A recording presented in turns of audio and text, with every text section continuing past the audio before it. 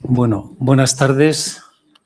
En primer lugar, agradecer vuestra presencia aquí, siempre numerosa. Eso es buena señal, ¿no? Ahora que las cosas presenciales pues, se van reduciendo, salvo los conciertos.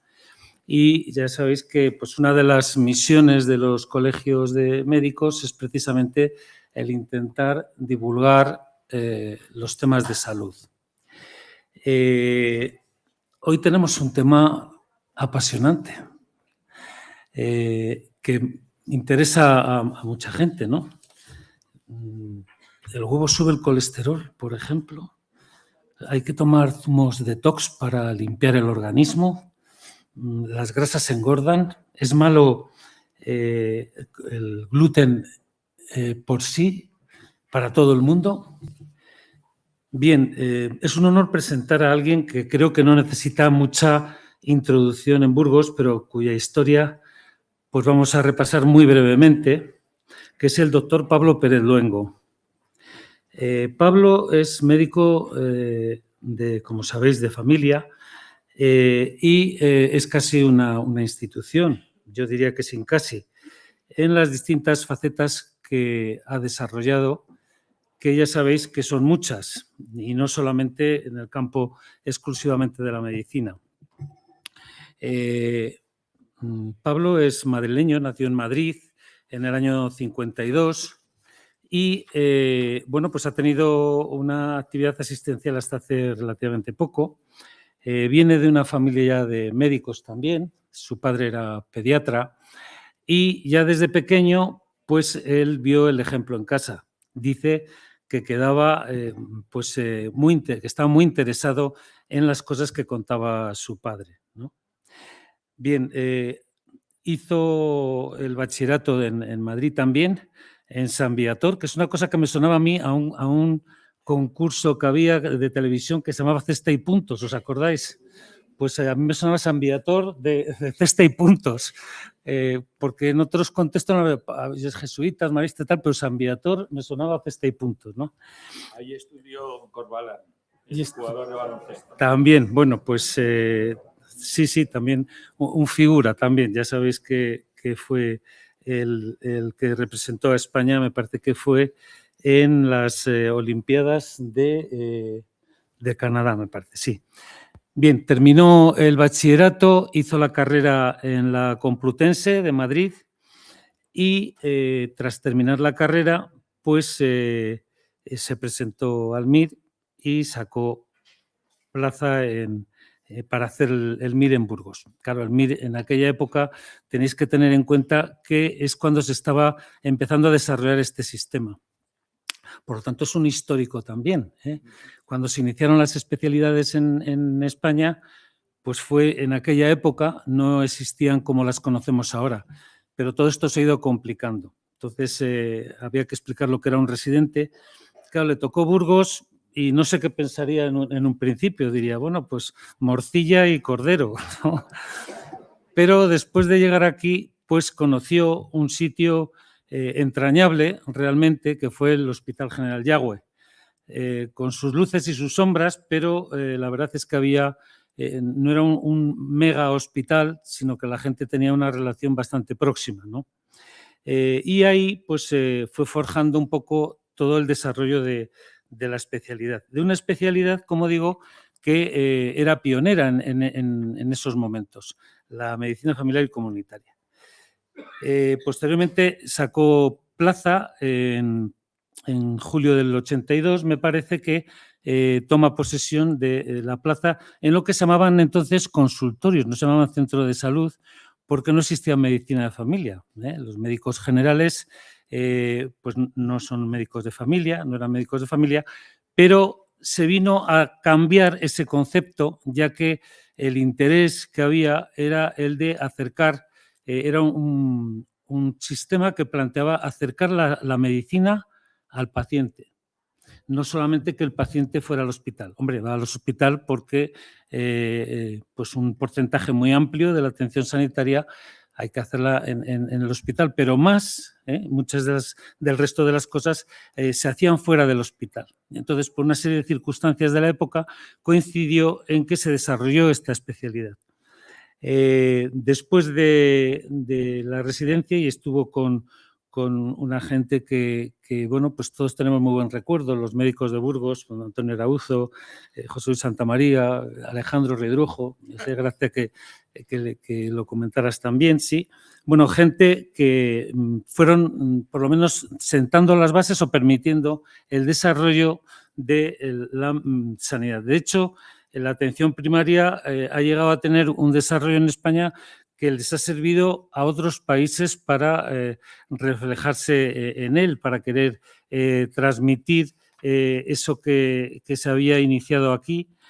Pero, bueno, pues luego, después de haber alcanzado un pico, pues la verdad que han empezado a surgir problemas igual de infradotación y demás, y esperemos que por lo menos no vaya a peor, sino que se recupere un poquito.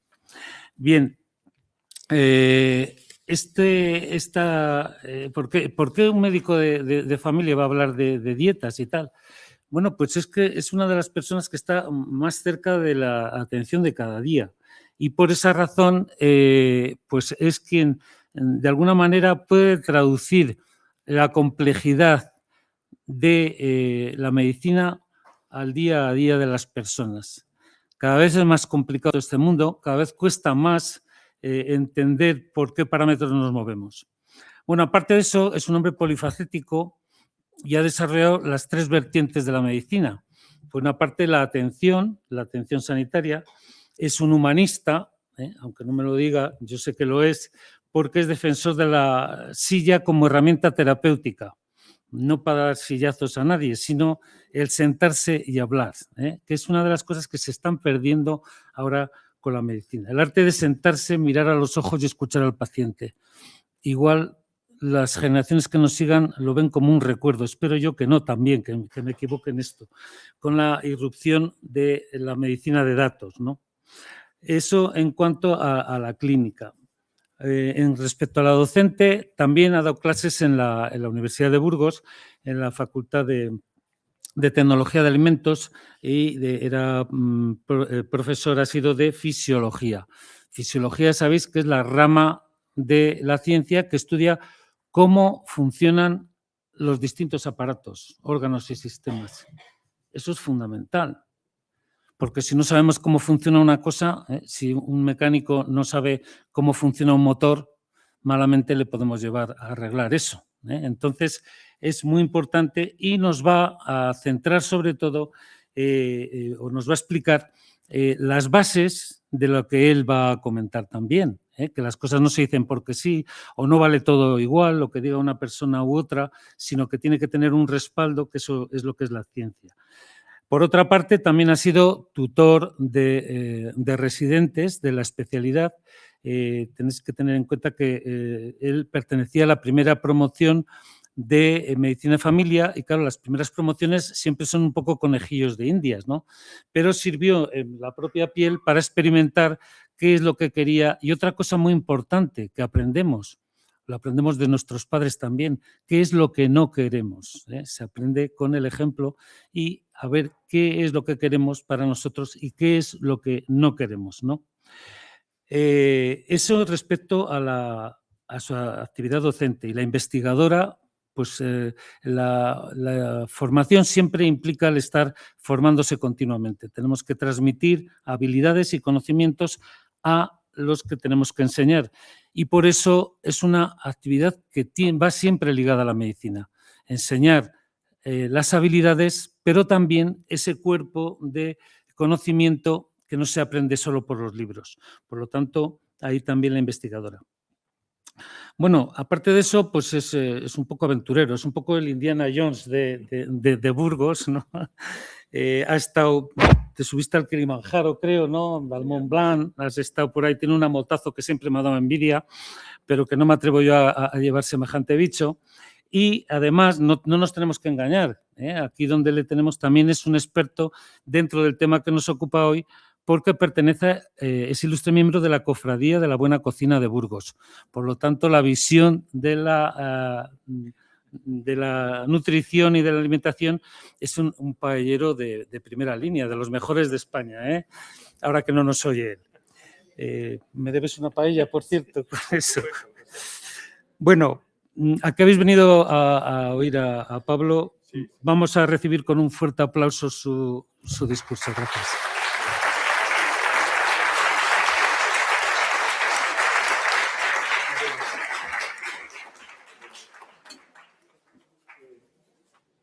Después de estas... Hola, ¿se me oye bien? Yo hablo alto. Bueno, después de estas palabras, José, no sé dónde estás.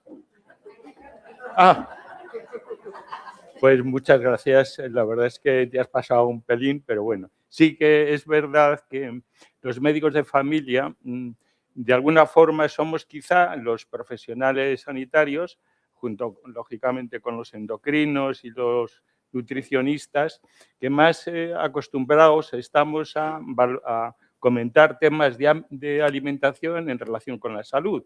Como comprenderéis, durante tantísimos años lo normal es hacer preguntas habituales, como que si el tomate me sube el ácido úrico o cuántos huevos puedo tomar al día o a la semana porque tengo el colesterol alto. Es decir, que el médico de familia es un médico que, aunque a nivel formativo no nos hemos formado en la facultad en nutrición y en alimentación, pues al final no nos ha quedado más remedio que ponernos al día, ¿no? En mi caso, como ha comentado José, pues también se ha dado la circunstancia, de forma casual, que en el año 90 o 91, cuando empezó la Facultad de Ciencia y Tecnología de los Alimentos a funcionar, bueno, pues el decano Manuel Pérez Mateos de esa facultad me comentó si podía dar clases de fisiología, porque no había el profesor. Bueno, el caso es que empecé de forma casi suicida, porque ya se me había olvidado la fisiología, que se estudia en segundo de carrera, y empecé a dar clases de fisiología a unos alumnos que se iban a dedicar a fabricar alimentos, ¿no? Iban a estar en la industria alimentaria y, en consecuencia, bueno, pues todo lo que es alimentación, desde un punto de vista fisiológico, pues me pareció necesario aprenderlo y enseñarlo. Y la verdad es que me encantó el tema, ¿no? Disfruté durante 30 años dando esta asignatura y siempre relacionándola con la alimentación. Bien, teniendo en cuenta este sesgo que tengo de antiguo profesor de universidad, a lo mejor lo que yo os voy a explicar, por supuesto que hay muchas cosas que sabéis, pero voy a basarme, y a lo mejor puede ser un poco peñazo, en un poco un tema desconocido, o yo creo que poco conocido, y me refiero a la composición de los alimentos y, sobre todo, la absorción, ¿no? Cómo se absorben desde un punto de vista fisiológico. Yo os lo voy a explicar. Pero son temas que normalmente pues, la gente no sabe, ¿no? En consecuencia, a lo mejor algunas diapositivas os parecen bueno, aburridas. Intentaré que sean claras. Esto, aparte de una charla, también es una tertulia. Es decir, que si en cualquier momento yo estoy hablando y alguien de lo que en ese momento estoy hablando no lo tiene claro, me encantará que me interrumpa y eso lo aclaro. Posteriormente, como sabéis, habrá una tertulia y luego hacemos preguntas todos los que queráis. Pero no me importa que en algún momento me interrumpáis. Bueno, la relación... No sé si tengo el... sí, el puntero. Más o menos esta va a ser la división, digamos, de mi charla, ¿no? Primero, una pequeña introducción entre la alimentación y la salud. ¿Hay una relación entre la alimentación y la salud? Bueno, yo creo que eso lo sabemos todos, ¿no? Os voy a comentar un par de estudios que se han hecho para demostrarlo. Luego veremos un poco, voy a repasar todos los alimentos que existen, todos. Y en cada uno de esos alimentos o grupos de alimentos ya hablaré de algunos mitos que existen. Pero posterior, y finalizará con una serie de mitos que a lo mejor ya he comentado mientras explico cómo son los alimentos, y otros que evidentemente serán nuevos y otros que posiblemente no haya comentado y que vosotros tengáis duda y me haréis la pregunta. Bien. La relación entre nutrición y salud es prácticamente científicamente demostrada. De las 10 causas de muerte que existen en el mundo, pues bueno, incluidos por supuesto por los accidentes o las guerras, 6 están relacionadas con la alimentación y con la dieta. Y concretamente, por ejemplo, el cáncer, fundamentalmente el cáncer de mama, colorectal, páncreas y próstata, está relacionado con la dieta, la ingesta de grasas, en fin, una serie de temas que están también demostrados. Respecto a si esto está demostrado o no está demostrado, como comprenderéis, se han hecho múltiples estudios observacionales de grandes cantidades de gente para ver de qué se morían y qué es lo que comían, ¿no? Quizá el estudio más importante fue el estudio que descubrió, que inventó, que creó la dieta mediterránea. La dieta mediterránea, en los años 60, en Estados Unidos, la Fundación Rockefeller, que digamos que estaba preocupada porque había los seguros de vida, había mucha gente que se moría de forma precoz, en fin, encargaron a un matrimonio que se llamaba Ansel y Margaret Case que estudiaran la relación entre una serie de factores y la muerte, ¿no? Y uno de ellos podría ser la alimentación. Entonces, esta gente, este matrimonio americano, hizo el estudio, el famoso, que muchos de vosotros conocéis, el estudio de los 7 países. Es decir, en 7 países del mundo, que eran 3 del Mediterráneo, Yugoslavia, Grecia y me parece que Chipre, y otros 3 del norte de Europa, Finlandia, Austria, no sé si Bélgica, y el 7º país, que era Japón, hicieron un estudio para ver la gente de qué se moría, cuántos años vivía, si había más incidencia de cánceres, si había más incidencia de enfermedades cardiovasculares, infartos, etcétera, ¿no? Y comprobaron en ese estudio, 7 países, que la dieta mediterránea, es decir, que los países del Mediterráneo, que obviamente en cada país se estudiaron distintas ciudades de cada país, ¿no? Existía la mayor longevidad. Vivían más años, se morían había menos infartos, había menos cánceres, había menos enfermedades crónicas. Y eso lo atribuyeron a la dieta. Y curiosamente eran los países más pobres que se estudiaron. Es decir, en Grecia, en Chipre, tenían un sistema sanitario evidentemente mucho más pobre que los países del norte de Europa, eran más ricos, ¿no? Entonces, ellos, estos 2 americanos, crearon esa, digamos, que todavía persiste como la mejor dieta del mundo, que es la dieta mediterránea. Pero, por supuesto que se han hecho muchos más estudios. Otro que ha salido hace poquito tiempo, que se publicó en la revista Lancet,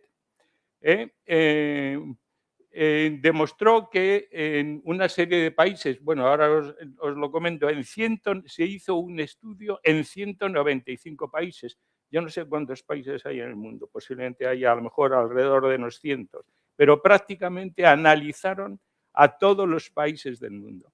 En 195 países se hizo un estudio en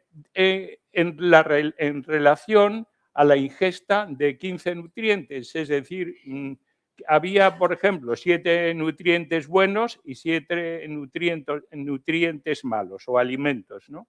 Y entonces el porcentaje de alimentos buenos que tomaban o el de alimentos malos, y luego cruzándolo con la mortalidad y la aparición de enfermedades, pusieron una especie de clasificación de cuál es el mejor país y cuál es el peor país de los 195.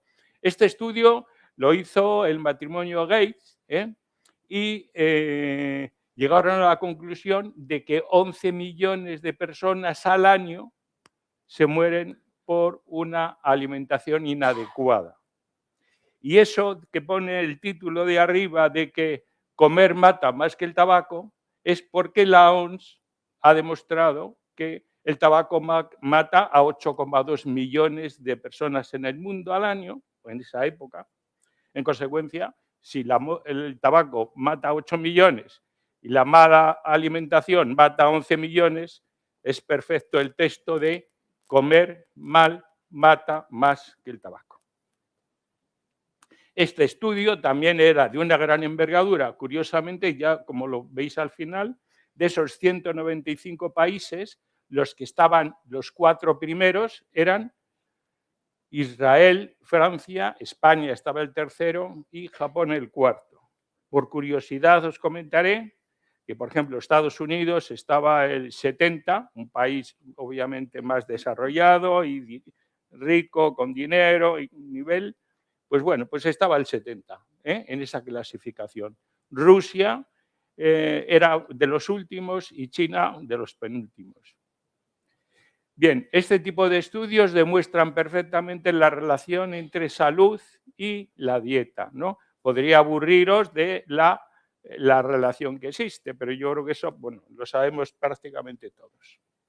Bien, yo ahora os voy a explicar en la composición de los alimentos. Y aunque esto sea una cosa que a lo mejor sabéis, voy a detenerme en cada alimento, en los carbohidratos, en los lípidos y en las proteínas, con sus características, sus bondades, sus defectos, cuáles son mejores, cuáles son peores, ¿vale? Bien, los carbohidratos, como su nombre indica, o hidratos de carbono, pues es carbón, hidrógeno, agua. Y los hay de dos tipos, de absorción rápida y de absorción lenta. Es muy importante la absorción. ¿Qué quiere decir absorción rápida? Que si tú te tomas ese alimento, inmediatamente se ha absorbido por el intestino y llega a la sangre. Y absorción lenta, obviamente, más lentamente. La absorción rápida, el carbohidrato más habitual es el almidón, ¿no? Y entonces, el almidón, que está formado, ahora lo voy a explicar, de distintos azúcares, está fundamentalmente en el pan, en las patatas, en el arroz, en la pasta y en las harinas refinadas, ¿no? Y los hidratos de carbono de absorción lenta en las harinas integrales y en el resto de las verduras, frutas, obviamente frutas con su piel incluida, frutas, verduras, hortalizas, etc. Y también, por supuesto, en el pan integral. Bien, ¿qué diferencia hay entre estos dos? Primero os voy a explicar los hidratos de carbono. Veis ahí los polisacáridos. ¿Por qué llamamos polisacáridos? Poli quiere decir mucho, sacarosa quiere decir azúcar. Quiere decir que está compuesto el almidón de muchos azúcares. ¿Veis esas bolitas, no?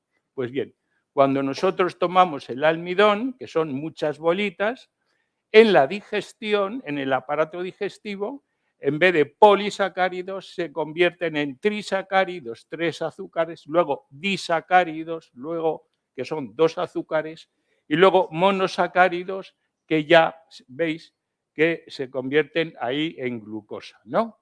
Estos. Es decir, que el almidón, ¿qué es?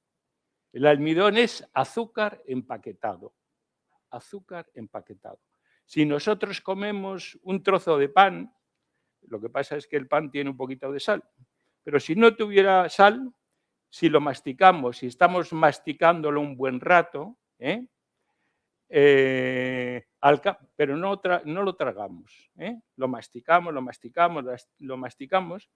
Hay una enzima, una amilasa salivar que se llama tialina, que ya está desdoblando el almidón en glucosa.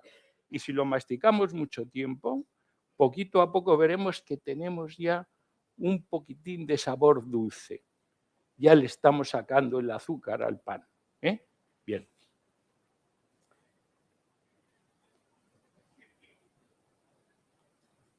A ver. ¿Por qué no funciona? Bueno, nada, esto ya, el almidón se desdobla en los disacáridos maltosa, lactosa y sacarosa, y luego se desdobla en los azúcares, que es la glucosa, la galactosa, que es el azúcar de la leche, y la fructosa, que es el azúcar de la fruta. Es decir, que al final el almidón se transforma en azúcares. Si viene de la fruta será fructosa, si viene de la leche será en galactosa. La lactosa se divide la lactosa se divide en galactosa y glucosa, o sacarosa, que es el azúcar de caña. Al final, lo importante es que los hidratos de carbono se convierten en azúcares y la absorción de los azúcares es rápida. Estos son los que tienen la absorción rápida: pan, patatas, arroz, pasta, pastelería, todo esto, y la absorción lenta, las que tenéis ahí. ¿Qué consecuencias tiene que se absorba rápido o que se absorba lento? Fundamental. Si yo me como ahora 2 cucharadas de azúcar directamente, ¿sabéis lo que tarda en llegar a mi sangre? Instantáneo. Llega al intestino, entra para adentro. Y tengo una sobrecarga de azúcar en mi sangre que al páncreas le sienta fatal. Tiene que exprimirse, tiene que segregar insulina para que esa glucosa se meta dentro de las células, y si no se mete, pues entonces esa glucosa, ese azúcar, se transforma en grasa. El azúcar aumenta la grasa. Claro, todo el mundo que toma mucho azúcar normalmente engorda, y normalmente si engorda es que tiene grasa, ¿no? Es decir que a ver si va a ser el azúcar el enemigo y no la grasa la que produce más obesidad o más colesterol. Ese es el tema, que la absorción rápida es como si nos metemos un bombazo de azúcar cuando nos tomamos estos hidratos de carbono de absorción rápida. Claro, ahora me vais a decir, entonces no se puede tomar esto. Se puede tomar, pero ya os digo que esos hidratos de carbono de absorción rápida no son imprescindibles, no son nutricionalmente la pera limonera. Es decir, podemos vivir sin estos alimentos. Hay gente que, por supuesto, no tiene problemas de ningún tipo, los toma fenomenal. Pero claro, quería comentar que el pan integral, el arroz integral, la pasta integral, no. Estamos hablando de el pan de harina refinada, etcétera, ¿no? Y en cambio, estos otros hidratos de carbono, como tienen fibra, se absorben muy lentamente. Es decir, tú te tomas una lechuga o te tomas unas verduras o un calabacín o un gazpacho, y eso tarda, ese hidrato de carbono tarda en digerirse más gracias a la fibra y llega a la sangre más lentamente. Bien, eso es, si queréis, lo comentamos. Si hay algún tema con el pan, es más adelante. Sigo ahí. Bien, ahora viene otro, este tema es bastante polémico. Las grasas, el segundo grupo, los lípidos, no las grasas, los lípidos. Hay 2 tipos de lípidos, las grasas y el colesterol, sustancias completamente diferentes, nada se parecen. Luego os enseño la fórmula química, son sustancias distintas. Esto, ¿por qué me interesa insistir? Porque cuando nosotros vemos en un alimento sin colesterol, eso no quiere decir que sea sin grasas, ¿entendéis? Puede no tener colesterol y tener muchísima grasa. Por ejemplo, el aceite de oliva es todo grasa, pero no tiene nada de colesterol. O el huevo, El huevo es todo colesterol, pero no tiene nada de grasa. Son dos sustancias distintas. Y el enemigo, ya os lo anticipo, el enemigo no es el colesterol, el enemigo es la grasa. ¿Y por qué es el enemigo la grasa? Ahora lo voy a explicar. Bien, las grasas también se llaman triglicéridos. ¿Por qué se llaman triglicéridos? Porque tienen 3 ácidos grasos. Esos ácidos grasos pueden ser buenos, malos o regulares, ¿eh? Y en vez de decir buenos, malos o regulares, los llamamos saturados, monoinsaturados y poliinsaturados. Aprenderse este nombre es importante porque a lo mejor si veis una etiqueta y veis grasa saturada, pues ya sabéis que es mala, la grasa saturada es mala. Si veis grasa monoinsaturada, nunca lo vais a ver porque es aceite de oliva y os lo pondrá con letras así de grandes, ¿eh? No la saturada que te la ponen en letras pequeñitas para que no la leamos, en plan diabólico, ¿no? La grasa monoinsaturada es la buena, la guay. Y la poliinsaturada, pues es, bueno, no está mal, pero digamos más o menos de forma intermedia. La grasa saturada puede ser la mala, la vamos a dividir en plan sencillo en animal y vegetal. Grasa saturada de origen animal, grasa saturada de origen vegetal. ¿Cuál creéis que es la peor? La animal, ¿no? Pues no, es la vegetal. Es la vegetal. Es la vegetal y eso, es decir, es la vegetal. ¿Eso qué quiere decir? Que cuando veáis en una receta, en una etiqueta, grasa vegetal, comestible, faltaría más que no fuera comestible, pero lo ponen grasa vegetal comestible, ya sabéis que es malísima. ¿Por qué es malísima? Pero bueno, es que la grasa vegetal puede ser aceite de oliva, ¿no? Pero es que vosotros creéis que el aceite de oliva no lo ponen así con letras súper grandes. Van a poner grasa vegetal diciendo que tiene aceite de oliva. Tiene aceite de palma, que es la peor grasa que existe. Pero claro, vosotros nunca vais a la tienda y compráis aceite de palma, ¿que no? Un litrito de aceite de palma nunca compráis. Bueno, en el resto del mundo se fríe, se cocina con aceite de palma, ¿eh? Porque claro, el aceite de oliva, pues en el Mediterráneo lo tenemos muy a mano y en Estados Unidos, en otros países, lo tienen que pagar. Pero el aceite de palma está prácticamente metido en todos los alimentos ultraprocesados, ¿eh? Pero a lo mejor no pone aceite de palma, a lo mejor pone grasa vegetal.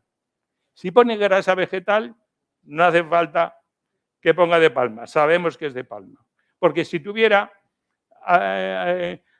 aceite de maíz o de girasol, lo pondría, porque es relativamente bueno. Si fuera de oliva, con letras mayúsculas.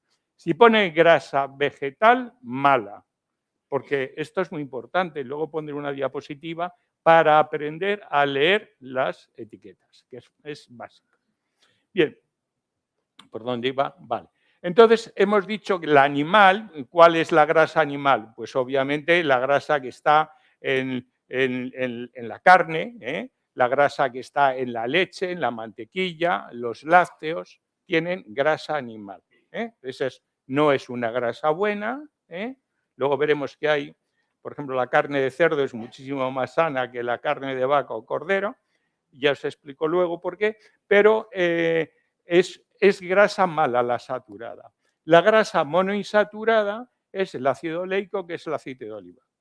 Pongo ahí omega 9, porque como estos los omegas, para saber de qué va el rollo de los omegas. Omega 9 quiere decir que los ácidos grasos, luego os veréis una diapositiva, son carbono, hidrógeno, carbono, hidrógeno, carbono, hidrógeno. Monoinsaturada, mono quiere decir una. Quiere decir que hay un doble enlace. Entre carbono y carbono hay 2 conexiones. Y pone omega 9 porque el doble enlace está en el carbono 9, así de claro. Ya sé que esto es una chorrada, pero os lo comento de por qué vienen los omega así. Y luego la poliinsaturada son los omega 6 y los omega 3.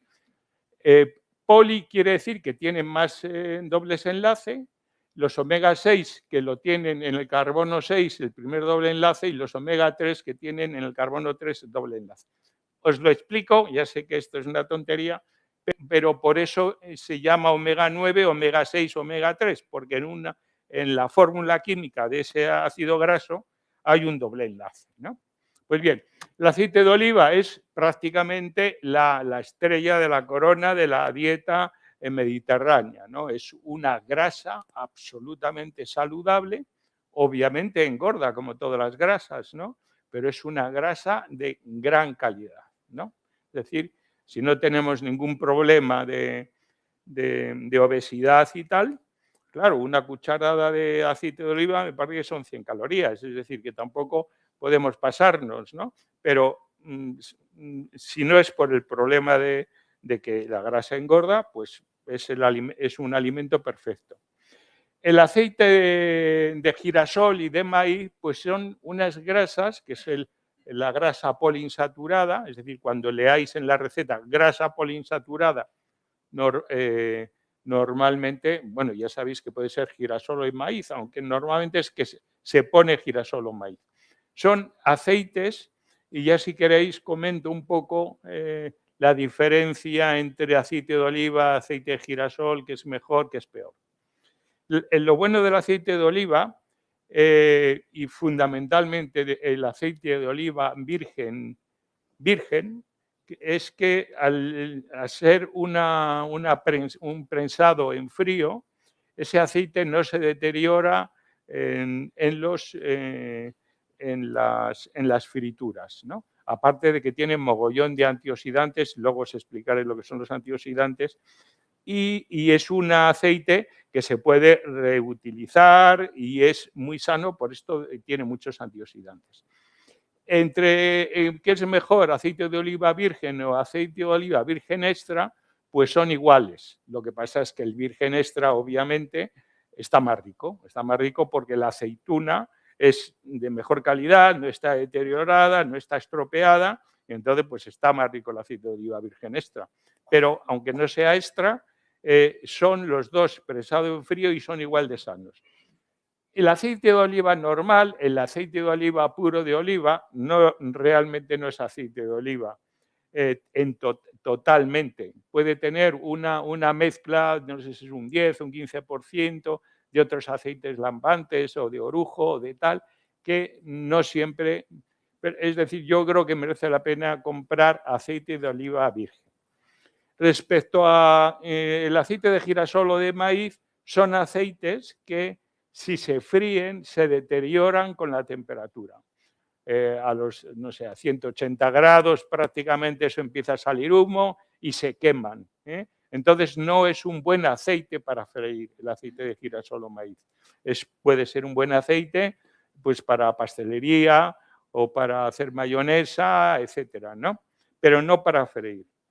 Pero bueno, y además no conviene tomar exclusivamente aceites de girasol o maíz exclusivamente, porque son estos aceites que son poliinsaturados, disminuyen las HDL, que es el colesterol protector, y la gente que abusa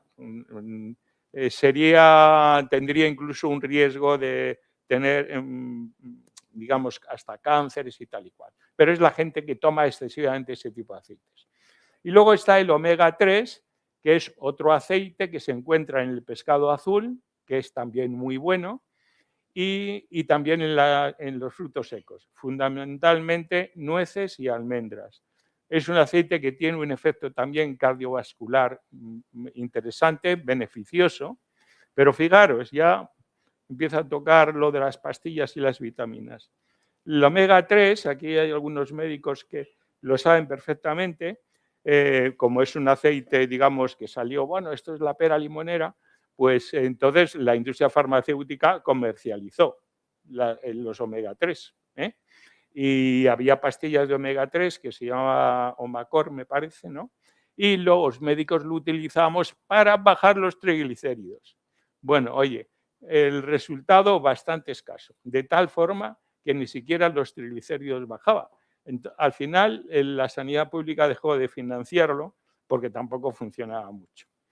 Esto viene a cuento de que muchas pastillas no funcionan, pero sí funcionan cuando te lo tomas en el alimento esa sustancia química. Eso lo comentaré con las vitaminas.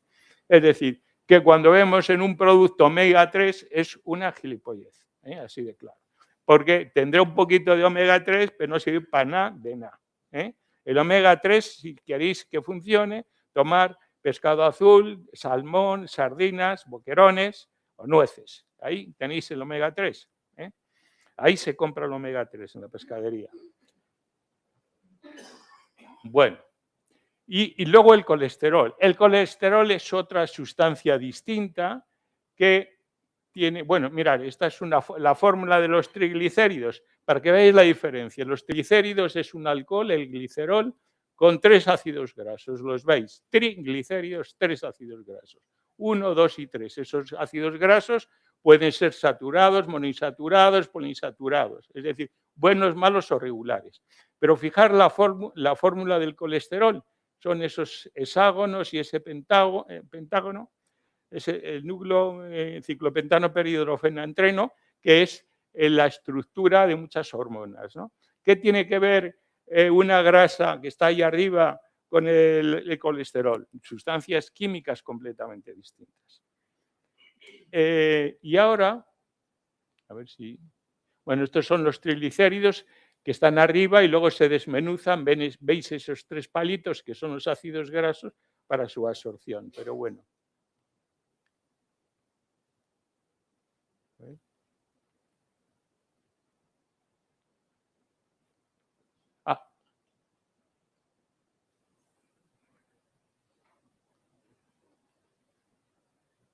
Bueno, esto yo creo que esto más o menos lo he explicado. No he explicado el tema de las grasas saturadas. Bueno, hemos comentado que la grasa saturada vegetal era la peor, ¿no? Y la grasa saturada animal es también mala, pero es mejor. Bien, con el tema de la margarina. La margarina normalmente es una grasa que se hace de girasol o maíz, normalmente. Es decir, es una grasa poliinsaturada. Es decir, no sería mala. Pero para que la margarina se haga blandita, porque cuando cogéis la mantequilla está dura en la nevera, ¿no? Pero cuando cogéis la margarina que está blandita. Bueno, porque se hidrogena, se le mete, digamos, agua. Y esa hidrogenación, esa grasa hidrogenada, lo bueno que podría ser con el girasol y maíz, pues ya la hemos cagado al hidrogenar la grasa. Y se transforma en grasa mala. Entonces la margarina no es aconsejable porque normalmente tiene grasa hidrogenada. En consecuencia, cuando veáis en la etiqueta grasa hidrogenada, mala, ya lo sabéis. Y también la grasa trans. La grasa trans, luego creo que tengo ahí un dibujo, es una grasa que es hidrogenada, que le cambian la estructura simétrica de cis a trans y también es una grasa mala. Es un poco más complejo de explicar. Cuando veáis en una receta grasa hidrogenada o grasa trans, es grasa muy mala. En consecuencia, entre mantequilla y margarina, aunque la mantequilla no es un alimento, es un alimento que tiene mucha grasa, pues sería mejor la mantequilla. Aunque para una tostada lo mejor es el aceite de oliva, que sí, con tomate.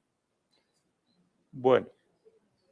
Y luego, y luego el colesterol pues es una sustancia, un lípido que hay en todos los lípidos tendrán un poquito de colesterol, pero lo que más tiene es la yema de huevo. La yema de huevo es colesterol puro. ¿Y por qué es mejor el colesterol, la ingesta, comer colesterol que grasa? Pues ahora lo vamos a ver. Los lípidos dietéticos, es decir, los lípidos que ingerimos que hoy habéis comido, pues seguro que habéis comido lípidos. Fundamentalmente de los lípidos que habréis comido, el 95% es grasa, más o menos, grasa o triglicéridos.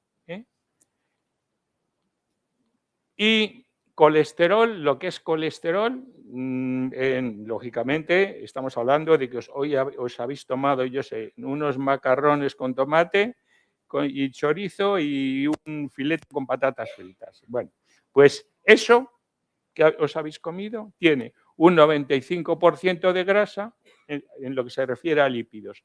Un 95% va a ser en grasa y un 5% de eso que habéis comido hoy va a ser colesterol. Lo que os decía de la absorción. ¿Qué pasa con la grasa? Se absorbe el 100%. Toda la grasa que comemos entra a nuestra sangre. Toda la grasa se absorbe. Igual que todo el azúcar se absorbe. Si tomamos grasa, directamente va a la sangre. Punto. Pero con el colesterol no. El colesterol solamente se absorbe la mitad de lo que comemos. Pero cuando se llega a un umbral, que son más o menos 400, 500 miligramos al día, más o menos son 2 huevos, ya no se absorbe más colesterol. Es decir, que nos podemos comer perfectamente una tortilla de 10 huevos. ¿Y qué es lo que pasa? Pues que esa tortilla, con los huevos, estamos hablando de la yema, no se absorbe y aparece al día siguiente en la taza del váter en forma de unas heces que se llaman esteatorreicas, que son unas heces amarillentas, pegajosas, y ahí están toda la yema del huevo. Pero eso sí, nos hemos tomado la clara, que es lo bueno, que es proteína pura. Es decir, que por eso el colesterol, la dieta que tiene colesterol, no es tan malo. Me podéis preguntar, pero bueno, ¿por qué yo tengo el colesterol elevado? ¿Por qué a mí me sube el colesterol? ¿Porque tomas colesterol? No. Porque, y esto ya nos metemos a lo mejor en otro berenjenal, la mayoría del colesterol que nosotros tenemos en sangre se produce de forma endógena, es decir, aunque estemos todos los días a base de lechuga, podemos tener el colesterol alto. Por un problema genético, hereditario, tenemos el colesterol alto. Pero a nivel exógeno, ¿qué es lo que más sube el colesterol? Ya sé que es complicado de entender, pero son los ultraprocesados, los dulces y las grasas malas. Porque en el hígado, por mecanismos que ahora no vienen a cuento, se transforman en colesterol. Es decir, si tú tomas mucho colesterol, no te sube el colesterol porque lo eliminas por las heces. Pero si tomas muchos ultraprocesados y mucha grasa y muchos azúcares y muchos tal, se transforma luego en colesterol. Bueno, pues eso yo ya lo he comentado. Bueno, esto, diapositiva, evidentemente no sirve para nada porque nadie ve nada, ¿que no? Vale. Pero como era la única que tenía, he intentado, se nota que tiene años, ¿no? He intentado una parecida, pero no hay ninguna, pues voy a utilizar la que tengo, que es del año La Polca, ¿no? Mirad, no sé si esto, pues se ve un poco, yo no sé si se ve ahí. Mira, estos son unos alimentos, no sé si los leéis, ¿no? Alimentos. Y vamos a ver los lípidos que tienen esos alimentos. Mirad, esta columna es colesterol.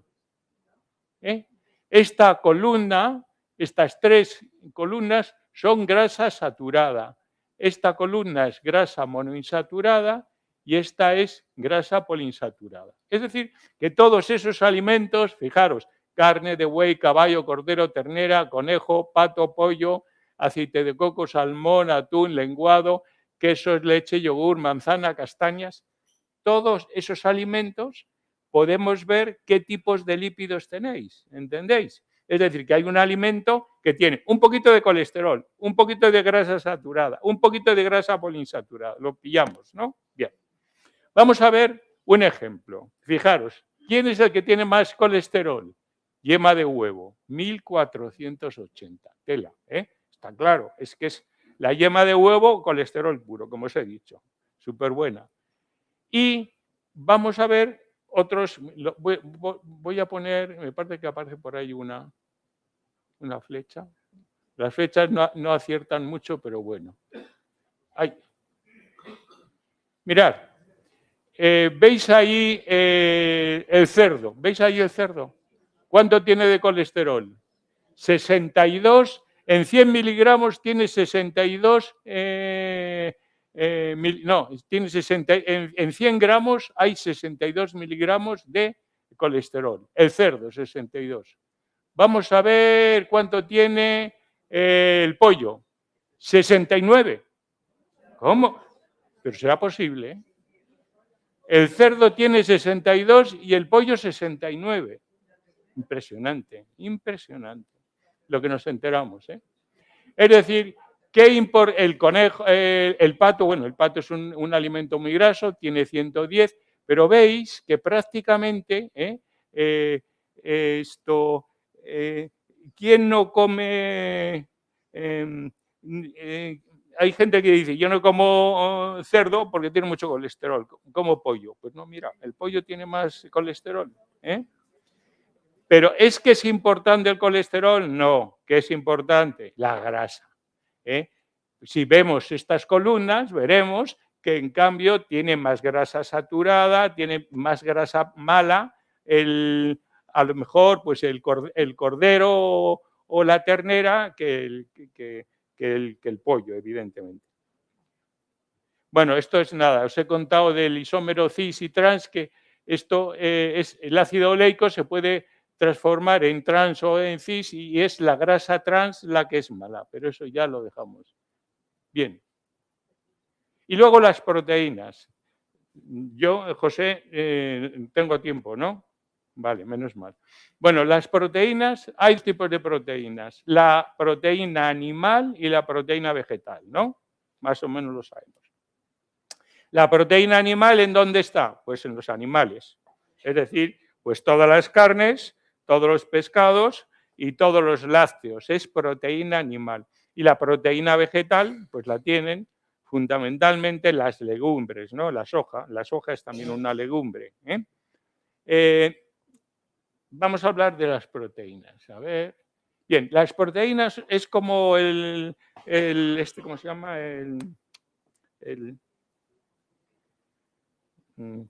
¿Cómo se llama el hidrato de carbono? El almidón, joder. El almidón. Como el almidón son muchos azúcares, ¿no? Pues las proteínas lo mismo, son muchas bolitas de aminoácidos, ¿eh? Y cuando las digerimos se transforman esas bolitas en aminoácidos. Entonces lo que tenemos que buscar son a ver esos aminoácidos, cómo son. Bien, los aminoácidos hay 20 aminoácidos y esenciales son 8. Quiere decir que si no los tomas en la dieta, lo tienes claro, porque los demás los podemos fabricar en nuestro organismo, pero hay 8 que son esenciales. Y bueno, y tienen pues un mogollón de funciones pues sirve, por ejemplo, el colágeno pues da estructura al cuerpo, para transporte, como las lipoproteínas, las inmunoglobulinas, que son los anticuerpos, como depósito es la ferritina, que es el depósito de hierro, y luego todas las hormonas se fabrican con aminoácidos. Bien, pues mirad, aquí tenemos distintos alimentos que son fuente de proteínas. Vemos que el huevo, este es el porcentaje de proteínas, ¿no? ¿Cuál es la importancia del huevo? El huevo es que en todos esto VB es el valor biológico que tiene el aminoácido, ¿eh? Es decir, hay aminoácidos de gran calidad, ¿eh? Entonces, veis que solamente las proteínas de origen animal tienen un valor biológico alto, ¿eh? Porque luego las legumbres tienen unas proteínas de valor biológico más bajo y luego, lógicamente, las frutas pues no tienen proteínas, ¿no? ¿Esto qué quiere decir? Que leche, huevo, carne y pescado son proteínas de alto valor biológico que lo tenemos que comer. Es decir, que bueno, ahí está claro que los vegetarianos y los veganos no lo hacen, pero son proteínas muy buenas. Y una de las mejores es la albúmina, la clara del huevo. Es el patrón oro de la proteína. La clara tiene que estar coagulada, no antes se tomaba un huevo ahí crudo en la leche antiguamente. Esa clara disuelta en la leche no se absorbe bien la proteína, igual que si está coagulada. Entonces, tomar un huevo a la plancha, por ejemplo, que prácticamente no tiene nada de grasa, porque se utiliza, o un huevo pasado por agua, o un huevo escalfado, pues es prácticamente un alimento buenísimo, buenísimo. Bien, y ahora voy a acabar, antes de empezar con los mitos, voy a acabar con otros nutrientes que también existen, que son los minerales, calcio, hierro, las vitaminas y la fibra. Respecto a los minerales, el calcio, ¿es importante? Sí, imprescindible. Si no tomamos calcio, nuestros huesos se descalcifican y aumenta la osteoporosis con la edad, ¿no? Si no tomamos lácteos, no tomamos calcio. Es decir, que el calcio está en los lácteos, punto pelota. El que no toma lácteos tiene un problema de ingesta de calcio, porque por muchos boquerones que se tome, esto no va a ser suficiente. Es decir, que hay que tomar lácteos, leche, yogures, quesos, etc. El calcio imprescindible. Veremos que para que el calcio funcione es necesaria la vitamina D, que ahora la voy a explicar. El hierro también es un elemento imprescindible. ¿Quién tiene que tomar hierro? ¿Quién tenga una anemia por falta de hierro? No, estoy un poco flojo, voy a tomar hierro. No. El hierro solamente hay que tomarlo cuando hay una anemia por falta de hierro. También las mujeres embarazadas, lógicamente, igual que el calcio, pues a lo mejor tienen que tomar una sobredosis para, digamos, resolver el problema, aportar los glóbulos rojos al niño que está naciendo y el calcio para sus huesos, porque si no se descalcifican los huesos de la madre, claro, ¿no? El hierro sirve para fabricar una sustancia que se llama hemoglobina. La hemoglobina es como un cojín donde se sienta el oxígeno. Y el oxígeno se monta en un autobús que es el glóbulo rojo. Es decir, cuando nuestras células necesitan oxígeno, se tienen que montar en un autobús, que es el glóbulo rojo, pero el asiento tiene que sentarse en la hemoglobina. Y si no hay hierro, no hay hemoglobina. Entonces, por eso es tan importante, porque si no, tenemos esa dificultad, nos cansaremos, etcétera, tendremos esa anemia. El yodo también es otra sustancia importante que muchas veces hay, me imagino que esto tomaréis, ¿cómo se llama el yodo? No, el medicamento, joder. Eutirox, joder.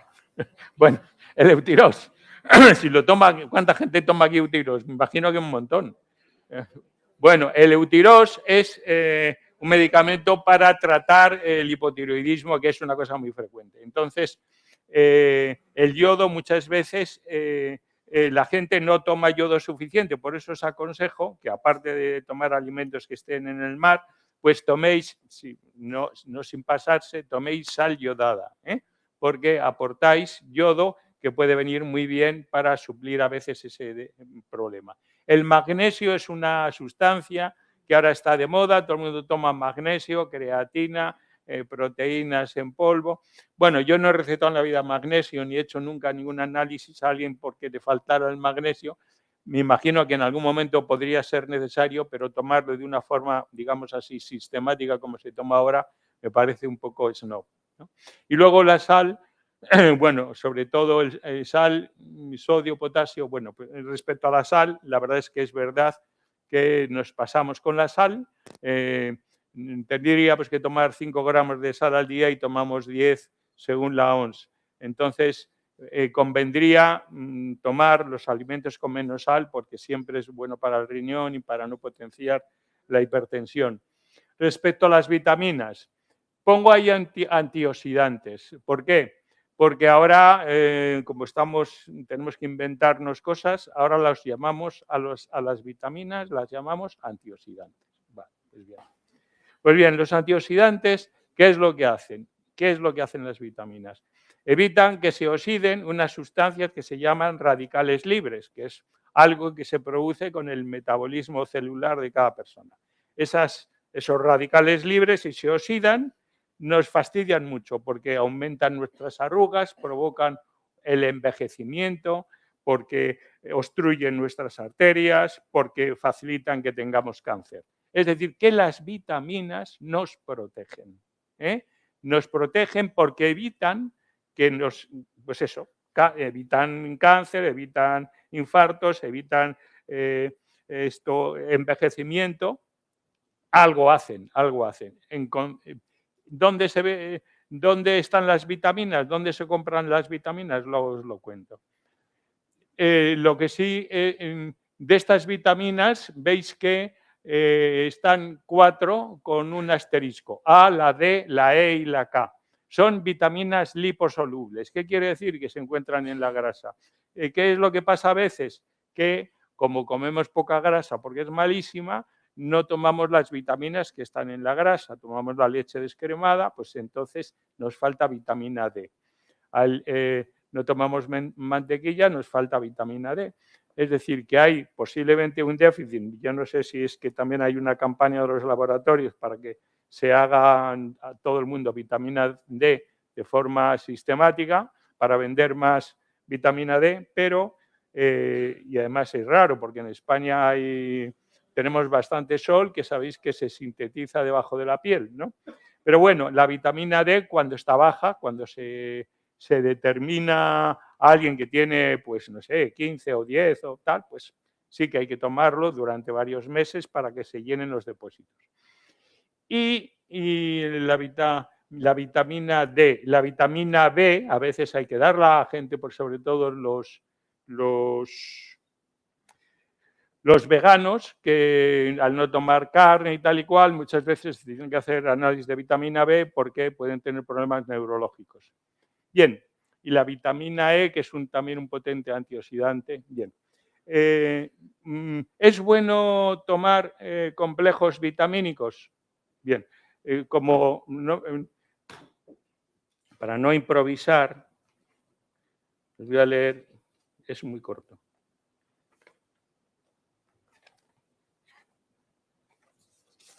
Esto es una editorial de una revista científica. Bien, os lo leo.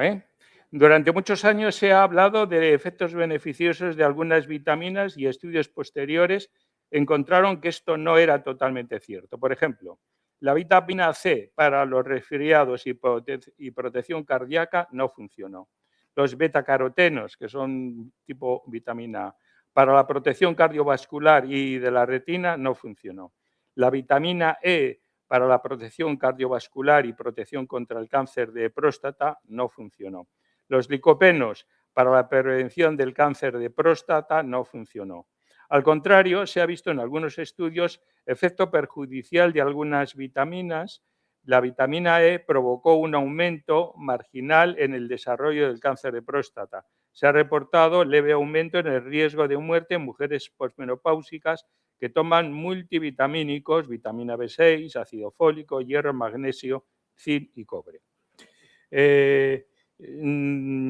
En los casos en los que se sospeche déficit vitamínico, determinar sus niveles y si realmente están bajos, administrarse las que sean necesarios. Parece ser que las vitaminas provistas por la naturaleza dan mejor resultado que las preparadas en los laboratorios de las casas farmacéuticas. Bien, en consecuencia, los complejos vitamínicos pueden ser perjudiciales para la salud. Yo ya sé que esto no lo creéis, pero seguro que muchos los tomáis. Y además seguro que decís, joder, estoy mucho mejor con el complejo. Porque efectivamente hay un efecto placebo superpotente, ¿no? Pero están contraindicados.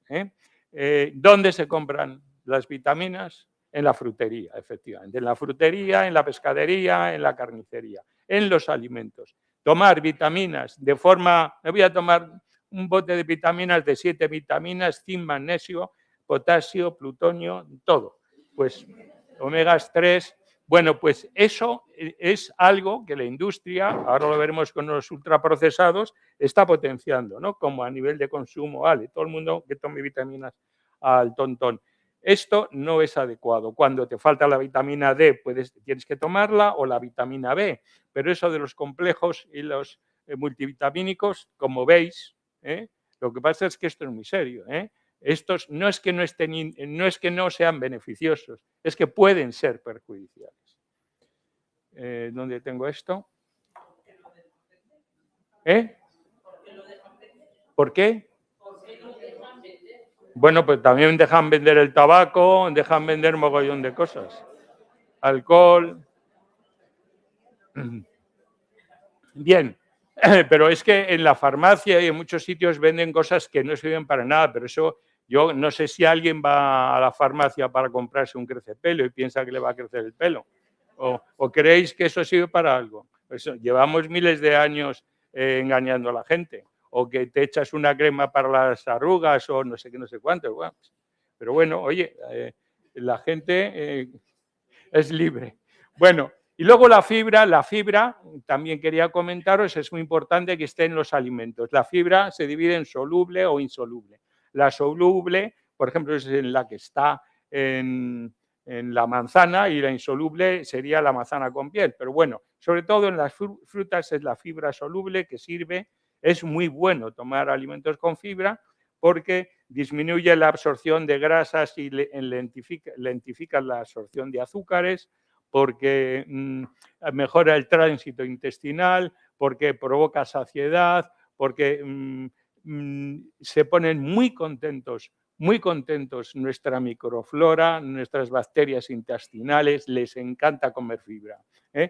Hay que cultivar la microbiota, que sabéis que es muy importante la salud del colon, ¿no? Esta flora que tenemos ahí, que es responsable no solamente de nuestro bienestar físico, sino también bienestar psíquico, porque fabrican serotonina, que es un neurotransmisor que aumenta el estado de ánimo.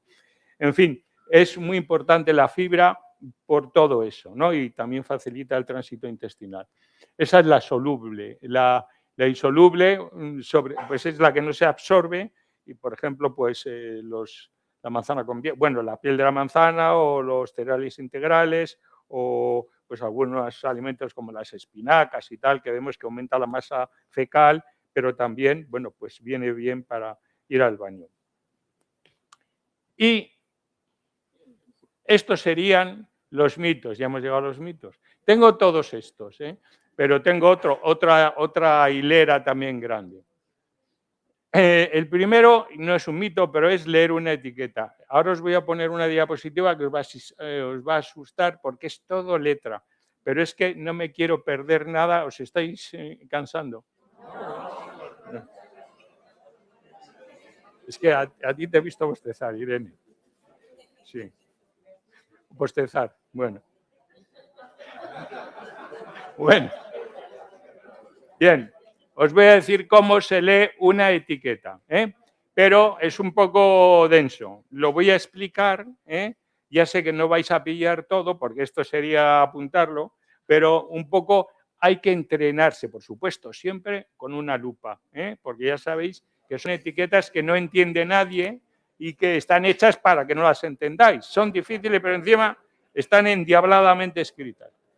Bien, leer una etiqueta, a ver si está. Bien, lo primero que viene, así me voy a poner lejos, lo primero que viene en una etiqueta es las calorías que tiene ese alimento. Es decir, calorías o kilocalorías por 100 gramos de producto o bien por porción, en el caso de que sea, por ejemplo, una galleta, ¿no? Una galleta te pone 100 gramos de galleta, una galleta, por ejemplo, pone 40 calorías, 100 gramos, 400. Imagínate que 100 gramos son 10 galletas. O también en los líquidos, puede ser por 100 centímetros cúbicos o bien en una lata de Coca-Cola por los 330 centímetros cúbicos que tiene la lata de Coca-Cola. Es decir, que es las calorías que tiene ese producto. Eso es lo primero que tenemos que mirar. Vale. Menos de, esto lo pongo como lo ideal, menos de 100 calorías por 100 gramos de producto no engordaría mucho, pero ya más de 200 calorías, pone kilocalorías, pero utilizamos la palabra calorías, más de 200 calorías sería un alimento que tiene demasiadas calorías, ¿no? Otra cosa que ponen es qué nutrientes, qué sustancias hay en ese alimento, ¿no? Y entonces se van a nombrar los ingredientes de más a menos. Por ejemplo, imagináis que hay unas patatas fritas con jamón, ¿no? De olor jamón. ¿Dónde aparecerá el jamón? Lógicamente en el último lugar, si aparece, ¿no? Es decir, primero van a aparecer los alimentos que son hay más alimentos. Normalmente siempre aparecen los hidratos de carbono. Es habitual utilizarlo como argumento, digamos, de publicidad sin azúcar añadido. Es decir, puede ser que no esté añadido, pero está enmascarado. Luego os explicaré qué es eso de enmascarado. Lo ideal es que tenga menos del 10% de azúcar. Normalmente no pone que no hay azúcar, pero pone que hay edulcorantes. Los edulcorantes pueden ser acarbosa, sorbitol, aspartano, dextrosa, todo lo que acaba en osa, también fructosa, lactosa, sorbitol, miel, jarabe de arce, sirope, etc. Sí, la miel también. Ya hablaremos de la miel, lo buena o lo mala que es. Todos esos edulcorantes que no son glucosa se transforman en glucosa. Aparte de que el problema del sabor dulce no es que no solamente es el efecto que tiene en ese momento en nuestro organismo, sino que también en nuestro cerebro crea una adicción que perpetúa la tendencia a tomar cosas dulces, ¿no? Tendríamos que conseguir no estar enganchados, como estábamos cuando éramos recién nacidos, al sabor dulce de la leche de nuestra madre, ¿no? Que evidentemente eso es algo que hemos mamado prácticamente, ese sabor, ¿no? Pero que todos estos edulcorantes son igual de malos. Bueno, y los azúcares libres que están ya en los alimentos. Bien, esto yo creo que, bueno, os voy a explicar eso qué quiere decir. Por ejemplo, imaginaros una mermelada, un alimento malo donde los haya. No sabéis la cantidad de azúcar que tiene una mermelada. Si alguien hace una mermelada de lo que sea en casa, ¿no? De melocotón y tal, veis que tenéis que echar no sé cuántos vasos enteros de azúcar para que eso se transforme en mermelada. Pues en una mermelada